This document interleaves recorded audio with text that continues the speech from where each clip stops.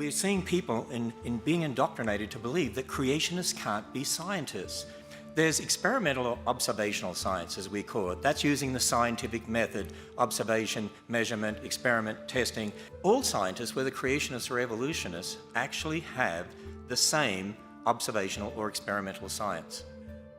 Mr. Ham and his followers have this remarkable view of a worldwide flood that somehow influenced everything that we observe in nature. A 500-foot wooden boat, 8 zookeepers for 14,000 individual animals, every land plant in the world underwater for a full year. I ask us all, is that really reasonable? You'll hear a lot about the Grand Canyon, I imagine, also, which is a remarkable place, and it has fossils. And the fossils in the Grand Canyon are found in layers. There is not a single place in the Grand Canyon where the fossils of one type of animal cross over into the fossils of another. In other words, when there was a big flood on the earth, you would expect drowning animals to swim up to a higher level. Not any one of them did.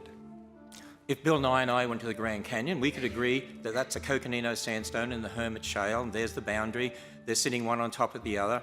We could agree on that, but we would disagree on how long it took to get there.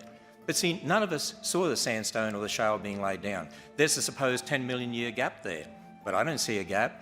But that might be different to what Bill Nye would see. But see, there's a difference between what you actually observe directly and then your interpretation in regard to the past. We're talking about the past when we weren't there. We didn't see those tree rings actually forming. We didn't see those layers being laid down. It's like the dating methods. You're assuming things in regard to the past that aren't necessarily true. The fundamental thing we disagree on, Mr. Ham, is this nature of what you can prove to yourself. When people make assumptions, they're making assumptions based on previous experience. They're not coming out of whole cloth.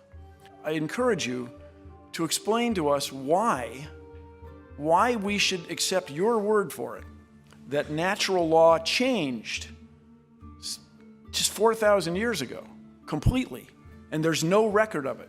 Natural law hasn't changed. As I talked about, I said we have the laws of logic, the uniformity of nature, and that only makes sense within a biblical worldview anyway, of a creator God who set up those laws. And that's why we can do good experimental science, because we assume those laws are true, and they'll be true tomorrow.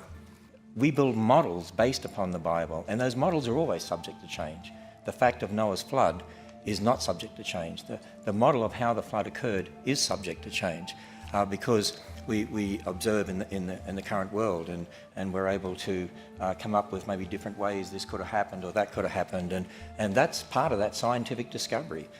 You cannot ever prove using the scientific method in the present. You can't prove the age of the earth, so you can never prove it's old. So there is no hypothetical. What we want in science as practiced out on the outside, is an ability to predict. We want to have a natural law that is so obvious and clear, so well understood, that we can make predictions about what will happen. And the big thing I want from you, Mr. Ham, is can you come up with something that you can predict?